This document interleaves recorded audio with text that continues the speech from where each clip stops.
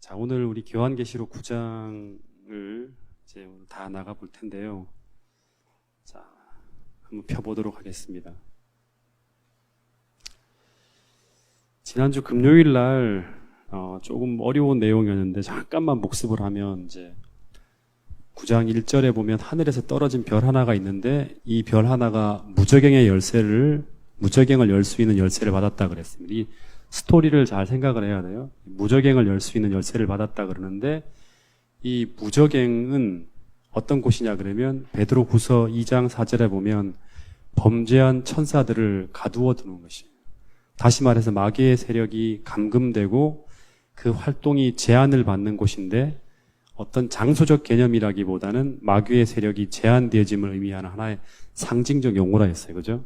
무저갱 속에 들어가면 마귀는 활동을 못해요. 그죠? 네, 그래서 저를 무저갱으로 보내지 마시고 어디로 내달라?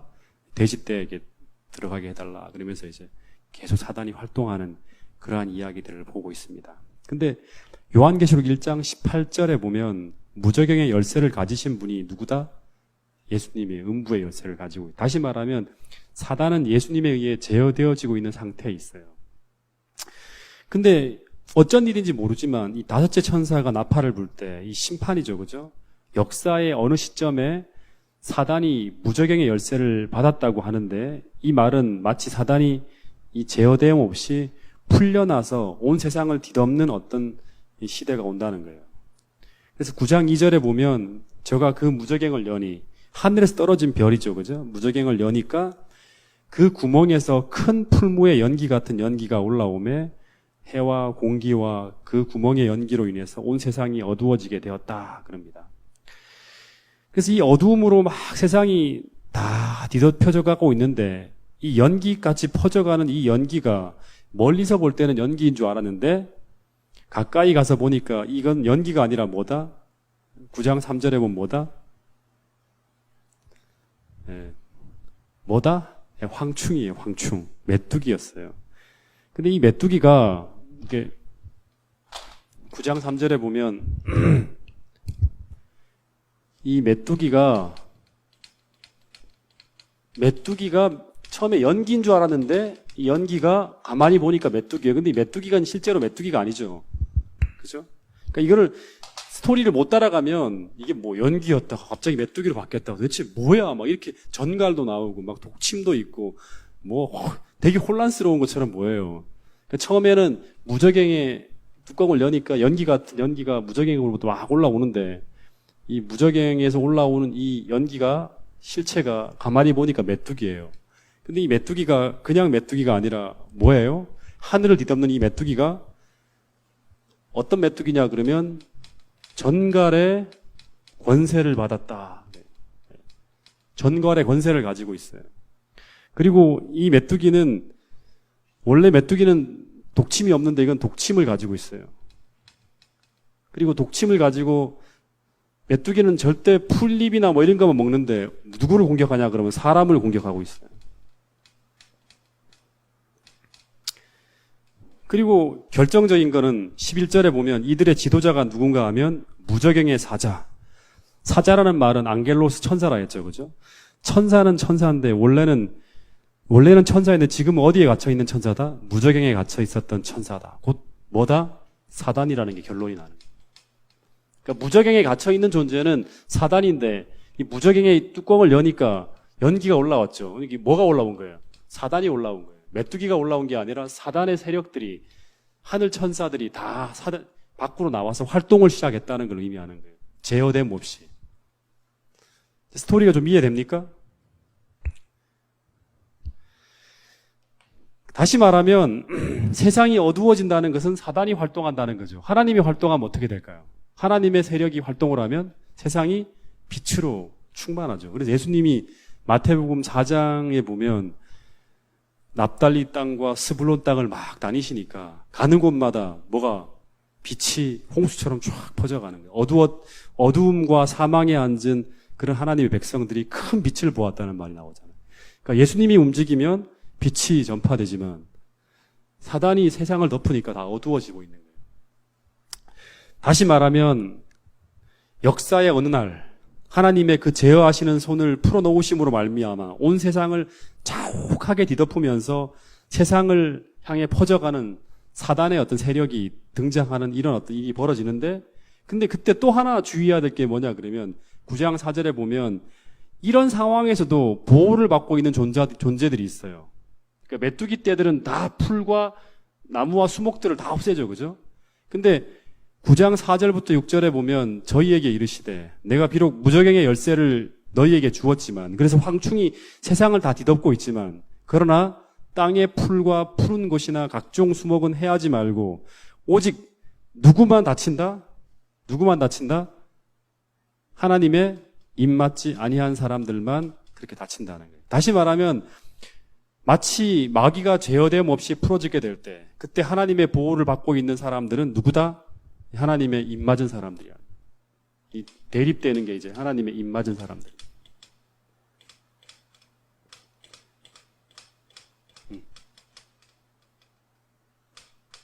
입맞은 사람들. 이 얘기는 다 했어요. 그죠? 하나만 더 보면 이제 하나만 더 반복해 보면 10절을 한번 읽어보세요. 10절은 이제 중요한 겁니다. 10절은 여섯째 나팔에서도 계속 이어지는 얘기니까 10절은 같이 읽어보겠습니다.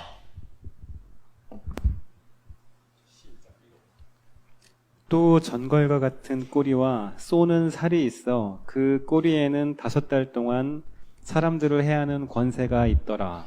여기 보면 이 메뚜기들이 전갈과 같은 꼬리에 침을 가지고 있어서 그 꼬리에서 5달 동안 괴롭힐 권세를 가지고 있다 하는데, 이 꼬리에 침으로써 사람들이 괴롭힘을 당한대요. 근데 이 메뚜기가 전갈의 권세를 가지고 있는데, 전갈의 꼬리와 같은 그 꼬리에 독침이 있어서, 이 꼬리란 말이 이제 중요한데, 이 꼬리에 독침이 있어서 사람들이 고통을 당하고 있어요. 근데 이 꼬리라는 말이, 이 꼬리에 침이라는 말이 뭘 의미하는지 봐야죠. 그죠? 성서에 찾아보면 이게 뭐라고 지난주에 제가 공부를 했었죠? 예? 예, 이사야서 9장 14절부터 16절에 보면 꼬리는 뭐냐 그러면 거짓말을 가르치는 선지자예요.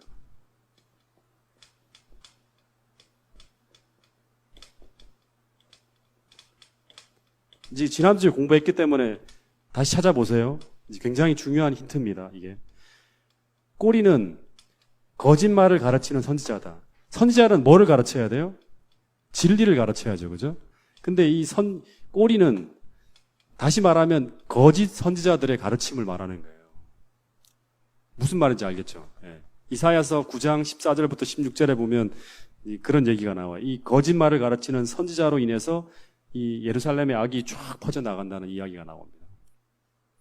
다시 말하면 꼬리는 이 계시록 이제 12장 4절에도 보면 용이 그 꼬리로 하늘별의 3분의 1을 땅에 떨어뜨렸다는 말이 나와요. 다시 말하면 이 사단이 하늘 천사의 3분의 1을 어떻게 했어요? 거짓말로 이제 미혹시켜서 사단의 반역에 가담시킨 얘기가 나오죠. 여기 보면 거기도 꼬리라는 말이 나와요. 그러니까 이게 단어 하나하나 놓치면 안 돼요. 계시록에는 다 의미가 있는 거예요. 네. 그래서 이 꼬리는 사단이 인간을 거짓으로 속여서 하나님을 반역하게 하고 그를 따르도록 하기 위해서 기만하는 데 사용하는 하나의 상징입니다. 이 꼬리가. 네. 그래서 이 마지막 때 하나님 백성들은 진리가 아닌 거짓말을 가르치는 이런 어떤 오류에 빠짐으로 말미암아 고통을 당하게 되는 일이 벌어진다는 거예요. 허무하고 진화론을 받아들이고 그 다음에 공산주의를 받아들이고 그 다음에 하나님을 반대하는 수많은 사상들을 받아들임으로 말미암아 어떻게 되냐 그러면 이제 허무주의와 그 다음에 무신론주의에 빠지면서 하나님이 없는 상태로 들어감으로 말미암아 고통을 당해요. 이게 바로 전갈이 독침을 가지고 사람들을 공격해서 150일, 5달 동안 괴롭게 함을 당하는 그 이야기에 바로 이야기가 이 5째 천사의 나팔을 불 때 벌어지는 상황입니다. 다시 말하면 이 악마적 메뚜기가 행하는 이 해악은 실제 침이나 어떤 물리적인 것으로 하나님 백성들을 핍박하는 것이 아니라 영적인 것이다. 역사상 어느 시점에 마귀는 하나님 백성들로부터 하나님의 이 복음을 지상으로부터 말자시키는 어떤 한 시점이 이를 것인데, 그때 노아가 방주 안에서 5달 동안 세상을 휩쓰는 홍수를 피한 것처럼 이제 하나님 백성들은 예수님께서 주시는 그 진리 안에서 성령의 보호하심 안에서 머무는 사람들이 보호함을 받게 된다. 이 시대는 종교개혁 이후에 프랑스 혁명으로 인해서 시작된 진화론과 공산주의, 무신론주의, 하나님을 반대하는 사상이 세상을 향해 퍼져가면서 이제 예수님에 대한 모든 것이 가려져요. 그때 이제 괴로움을 당하는 그 시대가 바로 다섯째 천사가 나팔을 불 때 이제 당하는 그런 어려움이라고 지난주 금요일 날 공부를 했습니다. 아주 좀 복잡한 내용이기 때문에 한 번 더 반복을 한 거예요. 자, 이해하시죠? 이제 9장 13절부터 16절 한번 들어가 보겠습니다. 자, 13절부터 16절 읽어보겠습니다. 자, 첫째 화는 이제 지나갔는데 다섯째 나팔 아직도 화가 둘이 남아있대요. 여섯째, 일곱째가 남아있죠. 그죠? 13절 읽어보겠습니다. 시작. 여섯째 천사가 나팔을 불매 내가 들으니 하나님 앞 금 제단 내 뿔에서 한 음성이 나서 나팔 가진 여섯째 천사에게 말하기를 큰 강 유브라데에 결박한 내 천사를 놓아주라 하매. 큰 강 유브라데에 결박한 내 천사. 계시록 7장에서는 하늘 사방의 바람을 붙들고 있는 네 천사가 있었죠. 그죠? 이 같이 좀 비교해 볼 필요가 있어요. 자, 계속 읽어보세요. 내 천사가 놓였으니. 놓여놨어요. 그죠? 결박한 천사가 놓여놨어요. 그러니까 떠나가는 거, 철수시키는 거. 그러니까 그들은 그년 월 일시에 이르러 사람 3분의 1을 죽이기로 준비된 자들이더라. 예, 계속요. 마병대의 수는 2만만이니 내가 그들의 수를 들었노라. 네, 여기 2만만이라는 숫자가 등장하면서 이렇게 쭉 이야기가 나오고 있어요. 자, 이 여섯째 천사의 나팔 소리는 어떻게 보면 여섯째 인과 좀 비교되겠죠, 그죠? 그리고 일곱째 나팔을 불게 되면 이제 모든 게 다 끝나는 거예요. 근데 이 여섯째 천사가 나팔을 불 때 첫 번째 스토리는 뭐냐 그러면 큰 강 유브라데에 결박한 네 천사가 탁 나와요. 근데 이 큰 강 유브라데가 어떤 장소를 말할까? 큰 강 유브라데.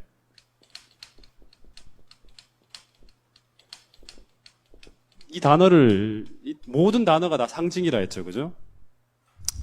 어디를 말하는 걸까? 이 유브라데는 실제 유프라테스 강을 말하는 것일까요? 네? 실제로? 그래서 이 지명을 실제 지명으로 생각하고 마지막 시대 아마겟돈 전쟁은 중동에서 벌어지는 전쟁이 될 것이라고 해석하는 사람들이 되게 많았고요. 실제로 우리 교회 많은 역사학자들이 그렇게 믿었어요. 예. 중동을 이렇게 바라보는 거예요. 지금도 중동을 바라보는 사람들이 참 많습니다. 유브라데라는 단어 때문에. 그래서 어떤 학자들은 이 17절에 보면 이제 어떤 말이 나오냐 그러면 이 같은 환상 가운데 그 말들과 그 위에 탄 자들을 보니 불빛과 자줏빛과 유황빛과 호심경이 있고 또 그 말들의 머리에는 사자의 머리가 있고 그 입에서는 모와 불과 연기와 유황이 입에서 막 나오는 거예요. 예. 그래서 말을 탄 사람들이 불빛, 자줏빛, 유황빛 막 흉갑을 입고 있고 그 말들의 머리는 사자 같고 그 입에서 나오는 불과 유황과 연기를 보면서 입에서 불과 연기와 유황이 나오는 게 같이 뭐 같아요? 대포를 쏘는 것과 똑같죠. 막 포를 막 쏘는 것처럼 이렇게 묘사한 것으로 보는 거예요. 그리고 19절을 보세요. 19절에 보면 이 말들의 힘은 입과 꼬리에 있으니 그 꼬리는 뱀 같고 그 꼬리에 머리가 있어서 이것들을 해하더라 하는 그런 말이 나와요. 다시 말하면 입과 꼬리에서 마치 입과 꼬리에서 포탄이 날아가서 사람들이 죽어나가는 것들을 보면서 이 장면과 이 사건은 군사적인 전쟁이다. 이렇게 해석을 하는 거예요. 많은 실제 이제 그 신학자들이 그렇게 해석하는 분들이 많았어요. 그리고 또 하나의 힌트를 이제 알려드리면 15절에 보면 연, 월, 일시에 이르러 사람 3분의 1을 죽이기로 예비한다는 이 말이 나오는데 이 연, 월, 일시라는 말은 1년이 며칠입니까? 360. 월은 30일. 그 다음에 일은 하루죠. 그죠? 시는 뭐예요? 30분이죠. 예. 아니, 시가 아니라, 일은 하루고, 그 다음에 시간은 1시간이죠. 그죠? 1시간. 이걸 다 합치면, 얼마 나오냐, 그러면 391이 나오잖아요. 1시간을 일단 빼고 나면. 그죠? 391이 나오잖아요. 그래서 이거를 연일 법칙으로 적용해서, 어떻게 해석하냐, 그러면, 1453년에 동로마 제국이 오스만 투르크에 의해서 멸망되어져요. 이슬람 제국에 의해서 이제 하나님 나라라고 생각하는 이제 동로마 제국이 이제 망하잖아요. 그죠? 그때 이후로 연월 일시 391년을 더하면 뭐가 되냐 그러면 어떻게 됩니까? 1844년이 나옵니다. 1844년이 나와요. 그래서 1844년에 다시 말하면 1453년경에 오스만 투르크 제국이 기독교 세력에 대단히 위협적인 강력한 어떤 그런 세력이었는데 이제 이게 런던 협정 이후로 1844년 이후로 기독교 국가들의 지원 없이는 존재조차 할 수 없을 만큼 무력한 국가가 되고 말아요. 이렇게 이제 해석을 하는 사람들이 있어요. 그래서 1844년 이후부터는 유프라테 강에 이제 결박한 네 천사의 바람을 놓을 준비를 하면서 어마어마한 사람들이 이제 멸망되어지기로 예비한 마병대수가 2만만이 등장하고 있다. 이런 얘기가 이제 이렇게 스토리가 만들어지는 거예요. 1844년에 무슨 일이 일어났죠?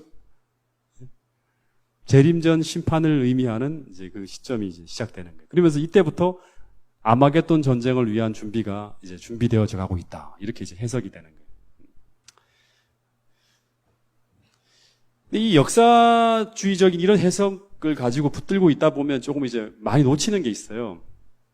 역사주의적인 해석뿐 아니라 이제 성서로부터 들어가서 성서에 담긴 기별을 오늘 더 중요한 것들 여러분들이 한번 같이 이제 오늘 한 20분 정도, 아마 25분에서 20분 정도 시간을 통해서 한번 공부를 좀 해볼 텐데요.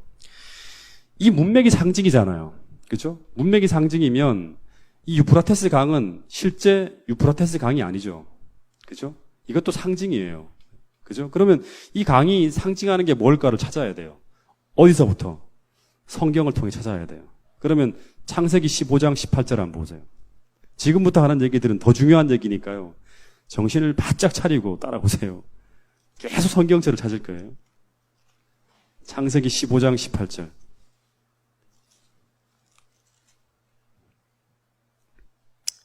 자, 읽어보겠습니다. 시작.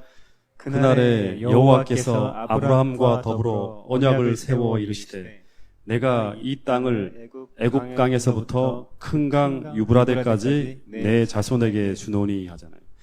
그러니까 하나님께서 아브라함과 언약을 맺을 때 하나님 나라를 세우겠다는 꿈이 있었어요. 그죠? 근데 그 강의 영토는 어디서부터 어디까지다? 그 강의 영토는 그 나라의 영토는 애굽 강에서부터, 다시 말하면 애굽 강, 이집트와의 경계선을 흐르는 그 강부터 어디까지? 큰 강 유프라테스까지가 하나님 나라의 지경이 된다는 거예요. 그러니까 하나님이, 다시 말하면 이 말을 보면 유프라테스 강은 하나님이 아브라함과 언약한 약속의 땅의 마지막 경계예요. 이게 핵심입니다. 신명기 1장 7절도 보세요. 신명기 1장 7절.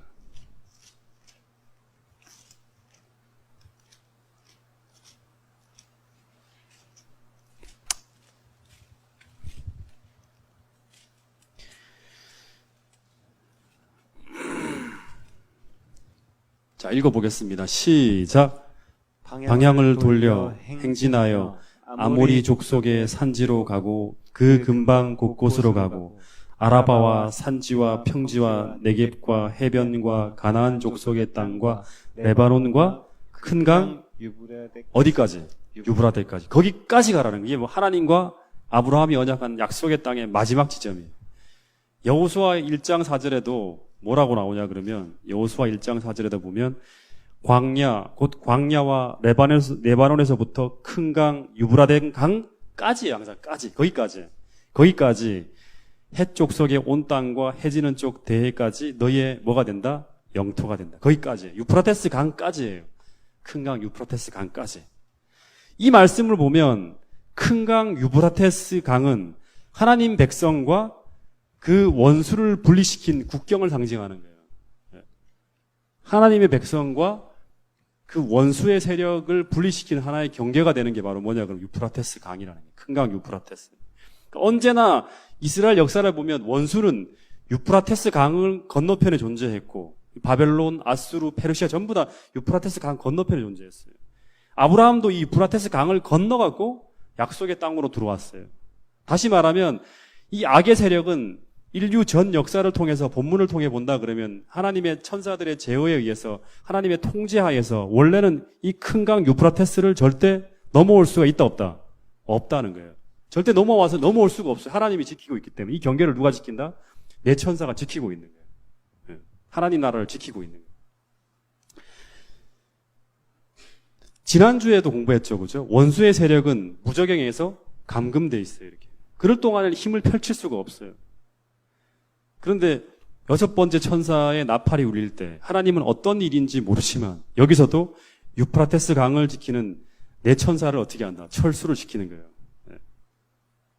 마치 내 천사가 바람을 놓자 사단의 진영에서 어마어마한 무리가 사람을 죽이기로 예비한 하나님의 사단의 군대가 이제 만들어지기 시작하는 거예요. 손을 놓자 움직이기 시작하는 거예요. 만들어지는 게 아니라 움직이기 시작하는 거죠. 그래서 이 나팔 소리가 들려올 때, 자, 여기서 지금 중요한 게요. 이제 큰 강 유프라테스를 지키는 천사가 탁 손을 놓으니까 마병대가 얼마가 등장합니까? 마병대가 등장하는데, 마병대가 이제 유프라테스 강의 경계를 넘어서 하나님 나라로, 다시 하나님 백성들을 이제 공격해 들어오기 시작하죠. 그죠? 근데 그 숫자가 얼마다? 정확하게 대보세요. 희미하게 알면 안 됩니다. 얼마다?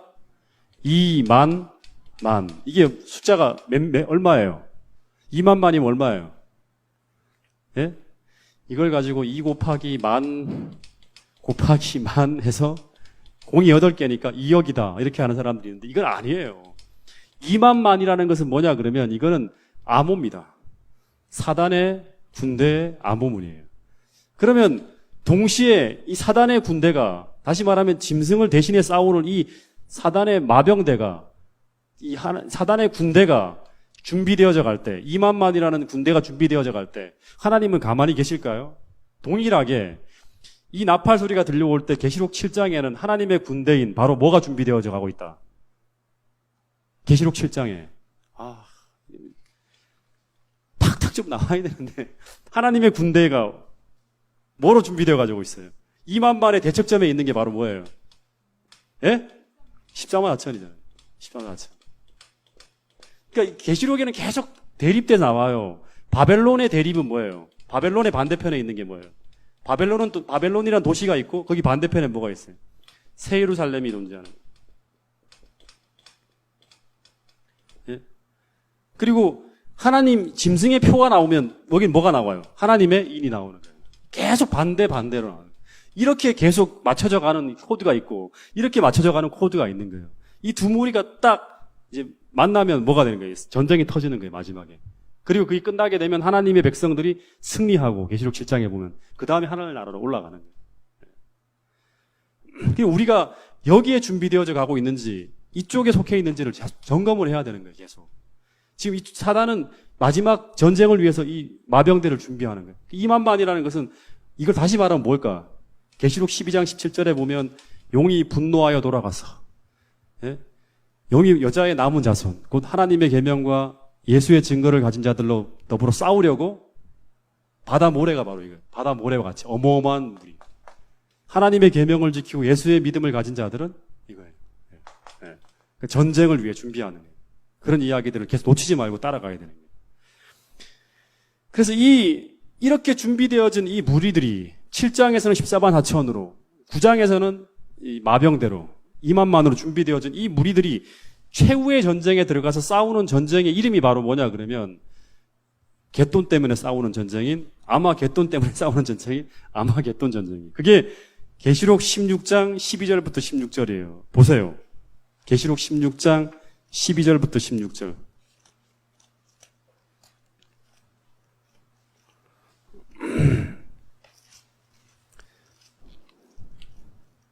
계시록 16장 12절부터 자 읽어보겠습니다. 시작. 여섯째 천사가 그 대접을 어디 쏟았어요? 큰 강, 똑같죠? 큰 강 유브라데. 이제 하나님의 백성과 이 경계 지점에서 이제 그걸 쏟으니까, 대접을 쏟으니까 강물이 말라버리고 동방에서 오는 왕들의 길이 예비돼요. 또 내가 봄에 개구리 같은 새 더러운 영이 용의 입과 짐승의 입과 거짓 선지자의 입에서 나오니 그들은 귀신의 영이라. 이적을 행하여 온 천하 왕들에게 가서 하나님 곧 전능하신 날에 이에 큰 날에 있을 무엇을 위하여? 전쟁을 위하여 사람들을 쫙 모으는 거예요. 그게 이제 2만만으로 모이겠죠. 그죠? 그런 다음에 16절에 보면 자 읽어보세요. 시작. 새 영이 히브리어로 아마겟돈이라 하는 곳으로 왕들을 모으더라. 이 아마겟돈이라는 이름을 또 풀어갈게요. 제가 이제 이게 갈멜산에서 격돌하는 무기토 산에서 싸우는 그 전쟁의 하나의 어떤 또 그걸 표상하는 그 전쟁이 벌어집니다.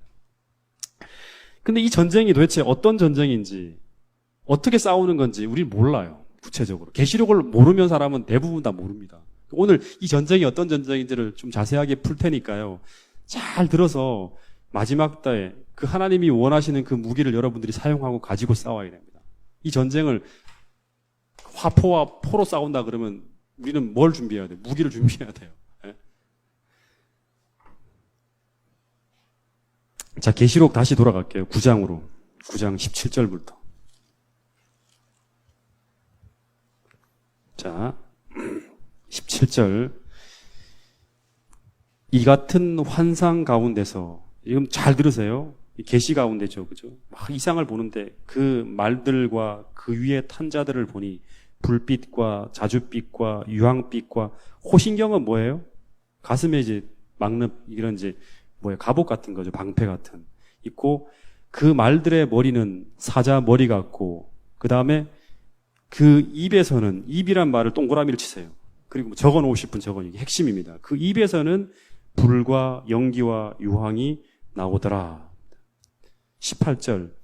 이 세 제왕이 불과 연기와 유황이죠. 그죠? 이 세 제왕이 곧 자기들의 어디에서 입에서 반복되고 또 여기 동그라미 쳐야 돼요. 입에서 나오는 불과 연기와 유황으로 말미암아 입에서 나오는 불과 연기와 유황으로 말미암아 사람 3분의 1이 죽임을 당하니라. 19절. 이 말들의 힘은 어디에서? 또 나온 게 뭐예요? 입과 꼬리에 있으니. 꼬리는 우리가 공부했어요. 꼬리는 뭐다? 예? 꼬리는 뭐다? 꼬리는 뭐다? 거짓 선지자가 거짓으로 말하는 거죠. 그죠? 이게 바로 꼬리예요. 거짓 선지자로 인해서. 거짓말하는 선지자가 바로 꼬리라고 합니다. 그래서 이 꼬리에 있으니 이 힘이 다 어디서 오는 거예요? 이 말들의 힘이, 공격하는 무기가 다 힘이 어디서 오는 거예요? 입에서 오는 거예요. 입에서 온다는 거예요. 이게 핵심입니다. 이거로 말미암아 사람들이 해를 당하고 있어요. 죽임을 당하고 있는 거예요. 그래서 여기 보면 사람을 해치는 무기가 전부 입에서 불과 연기와 유황이 나오고 사람을 해치는 무기가 전부 입에서 쏟아져 나오는데 그 무기의 공격을 받은 사람들이 죽어나가는 거예요. 자, 요걸 힌트로 해서 생각을 하셔야 됩니다. 그 다음에 계시록 12장 5절 보세요. 12장은 최후의 전쟁을 얘기하는데 12장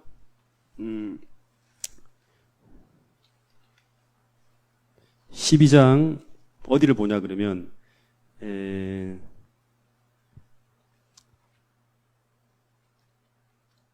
15절 보세요. 15절. 자, 15절.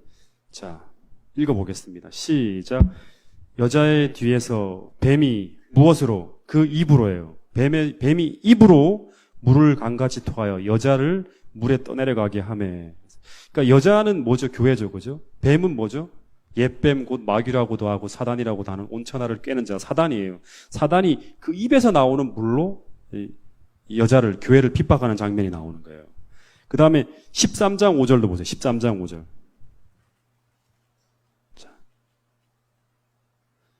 읽어보겠습니다. 시작. 또 짐승이 과장되고 신성 모독을 하는 말을 하는 입을 받았어요. 누구에게? 용에게요. 용이 권세를 주므로 4절에 보면 그 용으로부터 이런 입을 받아요. 입을 받아요. 그 다음에 13장 6절에 보면 짐승이 입을 벌려 하나님을 향하여 비방하고 하는 얘기가 나와요. 그러니까 이 마지막 때도 16장도 보면 16장 13절 14절 보세요. 다시금 돌아가 볼게요. 아마겟돈 전쟁을. 자, 다시 한번 볼게요. 여기 보면 그 재림 직전 이제 여섯째 천사가 큰 대접을 큰 강 유브라데 소돔에 강물이 말라서 동방으로 오는 길 왕들의 길이 예비되었더라 하면서 13절 내가 봄에 개구리 같은 새 더러운 영이 용의 어디서? 입과 짐승의 입과 거짓 선지자의 입에서 나옵니다. 근데 이들은 귀신의 영인데 이적을 행하여 온 천하 왕들에게 가서 하나님 곧 전능하신 이의 큰 날에 있을 전쟁을 위하여 사람들을 모으는 거예요. 그러니까 재림 직전 동반에게서 오는 왕들의 길이 쫙 예비될 때 악의 편에서는 요한이 보니까 개구리 같은 대새 더러운 영이 용의 입과 짐승의 입과 거짓 선지자의 입에서 나오니 이 귀신들의 영인데 다시 말하면 악령이죠. 그죠? 이 입에서 나오는 이 말의 힘으로 온 천하 왕들에게 가서 하나님 곧 전능하신 이의 큰 날에 있을 전쟁을 위하여 사람들을 어떻게 하는 거예요? 설득하는 거죠. 설득하면서 모으고 있는 모습을 보는 거예요. 19절에 보면 이 계시록 9장 19절에 보면 다시 정리가 돼요. 그러면 19절에 보면 이 말들의 힘이 전부 어디서 오냐면 입에서과 꼬리에서 나온다 그래요. 그럼 다시 말하면 그 싸우는 말의 힘이 입에 더하여 꼬리에서 나온다 그러는데 이 꼬리는 뭐라 했죠? 거짓말을 가르치는 선지자라 했죠. 그죠? 백성을 인도하는 자가 그들을 미혹하니 인도함을 받는 자들이 멸망을 당하는 듯다 하는 거예요. 꼬리는 이사야서 9장 14절, 19절, 16절에 보면 곧 거짓말을 하는 선지자인데 백성을 인도하는 자가 그들을 미혹하여 인도함을 받는 자들이 멸망을 당한다는 거예요. 그러니까 계시록 9장에 6번째 천사가 나팔을 불 때 드러나는 이 마병대의 공격은 이 마병대의 공격 무기는 뭐예요? 마병대의 공격 무기는 실제로 유황과 포탄이 날아오는 게 아니라 뭐가 날아오는 거예요? 포탄과 유황처럼 그런 무시무시한 공격 무기가 다 뭐로 나오는 거예요? 예? 뭐로 나오는 거예요? 입과 꼬리로 공격하는 거예요. 입과 꼬리로. 다시 말하면 입이라는 건 뭐예요? 말로, 사단의 사상으로, 꼬리로는 뭐예요? 거짓으로, 진리가 아닌 거짓으로 공격을 하는 거예요. 다시 말하면 선악의 대쟁투는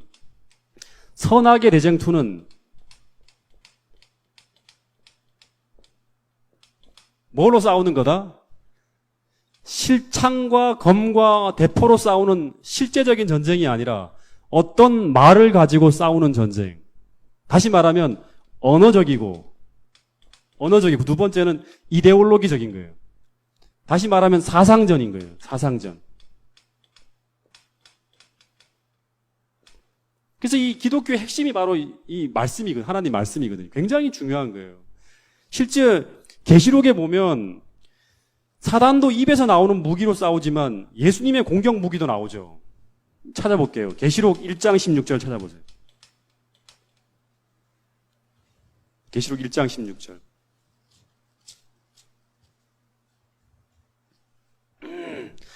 예수님의 모습을 보는데 자, 읽어보겠습니다. 시작. 그의 오른손에 7별이 있고 그의 입에서 그죠? 입에서 예수님의 입에서도 뭐가 나와요? 이 마병대의 말들의 입과 꼬리에서 불과 유황과 연기가 나오는 것처럼 예수님의 입에서도 뭐가 나오는 거예요? 좌우에 날선 검이 나오는 거예요. 네. 계시록 19장 15절에서 보면 예수님의 입에서 나오는 검을 가지고 예수님의 악인들과 싸우는 내용이 나옵니다. 계시록 19장 15절에 보면. 근데 여러분 여기 보면 예수님의 입에서 분명히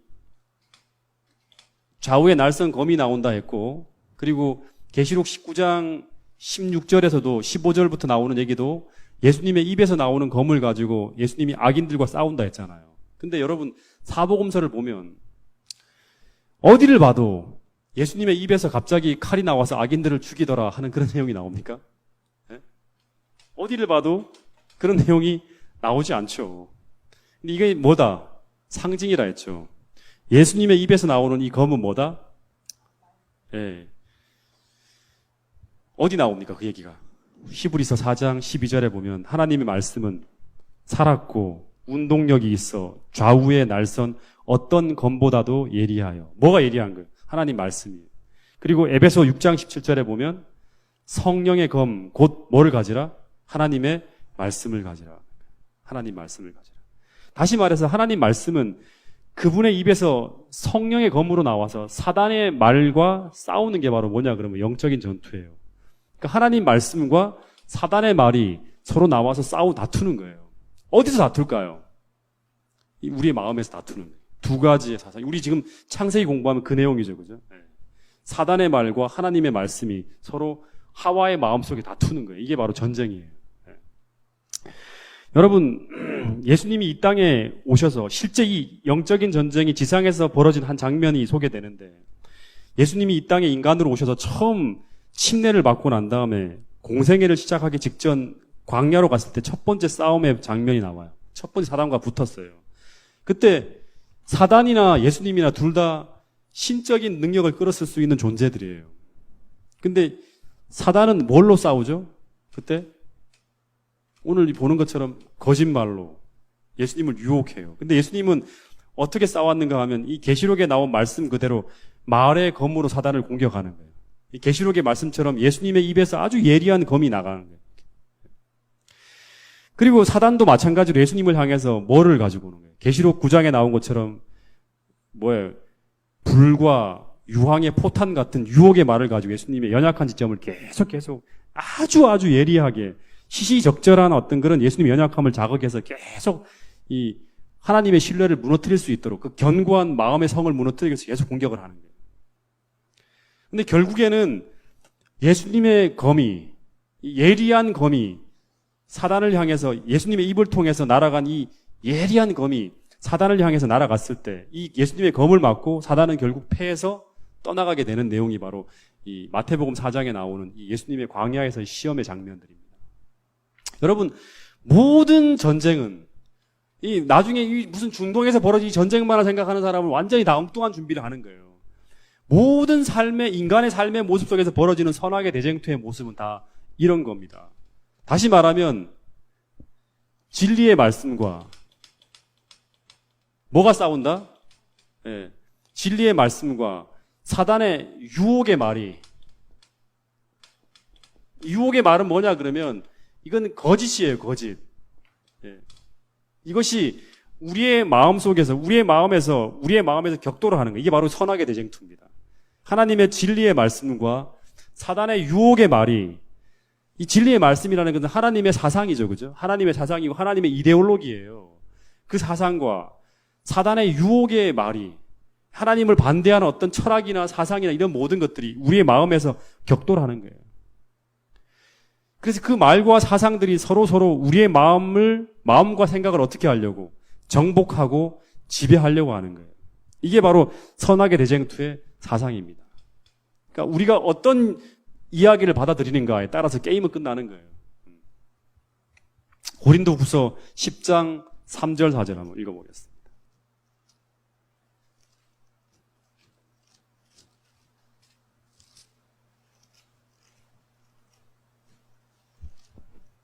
이걸 정확하게 해석해 주는 거예요. 계시록의 이 이야기를. 자, 10장 3절부터 5절까지를 읽어보겠습니다.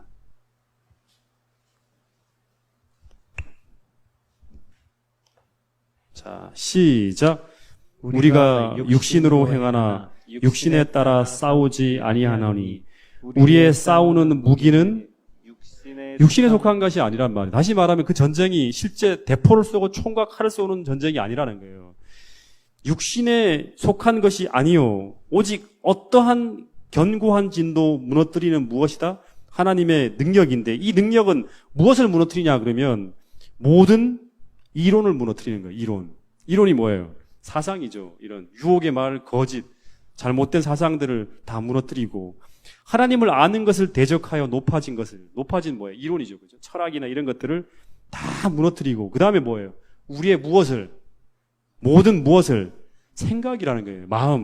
마음을 어떻게 해서 사로잡아서 그리스도에게 복종하게 하니. 다시 말하면 누구의 말씀이, 어떤 사상이 그 사람의 마음을 사로잡는가, 지배하는가, 다스리는가, 끌고 가고 있는가, 영향을 미치고 있는가 하는 게 바로 이 선악의 대쟁투의 핵심이라는 거예요.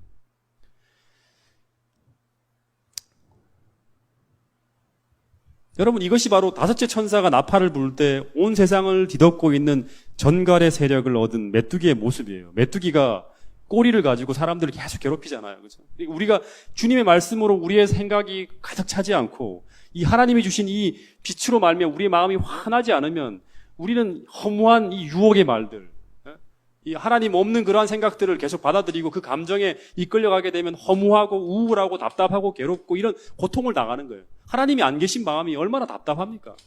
다 마음의 병들이 오잖아요. 그렇죠? 네. 그래서 이 다섯째 천사가 온 세상을 뒤덮을 때 그들의 활동은 제어되어져서 원래는 5달 동안 이렇게 괴롭게 하기라만 허락했지만 괴롭게 하긴 하지만 죽이지는 못하게 했죠. 그렇죠? 근데 6번째 천사가 나팔을 불 때는 이 악마적 세력들이 죽이는 것까지 허락되어져요. 다시 말하면 강도가 더해지는 거예요. 종말이 가면 갈수록 유혹의 말은 더 퍼져가고요. 이 거짓과 이설과 하나님을 반대하는 그 사상과 철학과 이런 모든 문화가 세상을 다 덮어간다는 거예요. 그리고 가짜 이론들, 교회는 교회인데 이 진리가 아닌 것들이 세상을 다 뒤덮고 있는 거예요. 여러분, 우리가 5째 나팔, 지금 이제 6번째 나팔까지 갔는데 셋째 나팔을 불 때 이 시작은 거기서부터예요. 진리의 셈이 오염되어지기 시작했죠. 그죠? 4번째 나팔이 불 때는 세상이 어두워졌어요. 그죠? 이게 다 뭐예요? 진리가 가려진 거예요. 전부 다. 복음이 가리워지기 시작하는 거예요. 5번째 천사가 나팔을 불 때는 황충으로 이 세상의 모든 사람들이 고통을 당해요. 이게 다 뭐 때문에? 진리가 가리워지기 때문에 오는 거예요. 그리고 마지막 6번째 나팔이 불 때도 실제 마병대 말들의 입과 꼬리에서 나오는 이 불과 유황과 연기가 다 뭐다? 진리를 대적하는 거예요. 그러니까 결국에는 선악의 대쟁투 핵심은 우리가 진리를 소유하는 거예요. 그래서 성경에 보면 하나님 말씀을 주야로 묵상하고 하나님 말씀을 좋아하고 하나님 말씀 때문에 이 시간들을 활용하고 여기에 노력을 기울이지 않는 모든 사람들은 다 선악의 대쟁투에서 다 무너지는 거예요. 끌려가게 돼 있어요. 오늘 이것을 여기에 관심을 갖지 않고 우리가 여기에 어떤 그런 집중하지 않고 하나님 말씀으로 우리의 생각이나 사고나 이런 것들이 견고하게 방어되어지지 못하면 결국에는 마지막 최후의 전쟁에서 우리가 여기에 집중하지 못한 사람들은 이 진리로 말미암아 그 마음을 견고히 방어하지 못한 사람들은 다 무너지게 되어 있다는 거예요. 왜냐 그러면 세상은 보니까요. 이 나팔에 통해서 오는 이 계시들을 보니까 세상이 거의 대부분이 다 어두워져 가고 있어요. 우리가 듣는 이 모든 문화들이 하늘로부터 오는 게 아니에요. 다 요술에 걸린 땅, 속임수 땅, 그러니까 진짜 행복이 무엇인지 다 가리고요. 다 이설과 거짓으로 뒤덮인 세상에 우리가 살아가고 있다는 것이 하나님께서 이 6번째 나팔 천사를 통해서 우리에게 보여주는 이야기입니다. 여러분, 선악의 대쟁투의 성격은 이 싸움의 핵심은 아담과 하와의 시대 이후로 모든 사람의 마음을 진리가 아닌 오류와 거짓으로 우리의 무엇을 공격하는 것이다? 마음을 공격하는 것이다. 마음을. 그래서 오늘 우리가 이 거짓을 받아들이면 사단에게 미혹되면 우리는 어떻게 되는 것이다? 지는 것이다. 그리고 지난번 창세기 3장에서 공부했죠. 그죠? 이 사단의 이 이야기들을 받아들이기 시작할 때 이 하와는 마치 이 선악과가 어떻게 보이는 거예요? 유혹의 말에 속아서 이 죄악인데 이거 먹으면 죽는데도 치명적인데도 불구하고 어떻게 보였습니까? 어떻게 보였어요? 보암직도 하고 먹음직도 하고 지혜롭게 할 만큼 탐스럽게 하는 이 거짓을 받아들였을 때 그는 결국에는 넘어지는 거예요. 여러분, 먼저 여러분들이 정말 선악을 분별할 영적 분별력이, 식별력이 성령을 통해서 여러분의 마음속에 담겨지게 되기를 간절히 바랍니다. 그리고 이 진리의 말씀이 여러분의 마음을 강하게 지배해서 사단의 어떤 공격도 예수님처럼 하나님 말씀으로 이 성령의 검을 소유함으로 말미암아 모든 영적인 싸움에서 우리가 이 사단을 대항해서 승리할 수 있는 그러한 능력 있는 그리스도인이 될 수 있게 되기를 간절히 바라겠습니다. 진리로 그 마음을 견고히 방어한 자들 외에는 아무도 최후의 대쟁투에 서지 못할 것이다. 잠언 4장 23절에 보면 무릇 지킬 만한 것 중에서 무엇보다 뭘 지키라? 내 마음을 지키라. 생명의 근원이 이에서 남이라. 다 똑같은 얘기예요. 다 똑같은 얘기를 이렇게 풀고 저렇게 풀고 하는 거예요. 여러분 꼭 이 말씀이 얼마나 중요한지 여러분 꼭 기억하시고 유혹이 닥쳐올 때마다 그냥 허무한 감정에 끌려가는 게 아니라 하나님 말씀으로 진리로 여러분들의 마음을 방어하고 진리가 여러분들을 인도할 수 있도록 그런 자리에 꼭 서는 여러분과 제가 될 수 있기를 간절히 바라면서 오늘 말씀을 줄이도록 하겠습니다.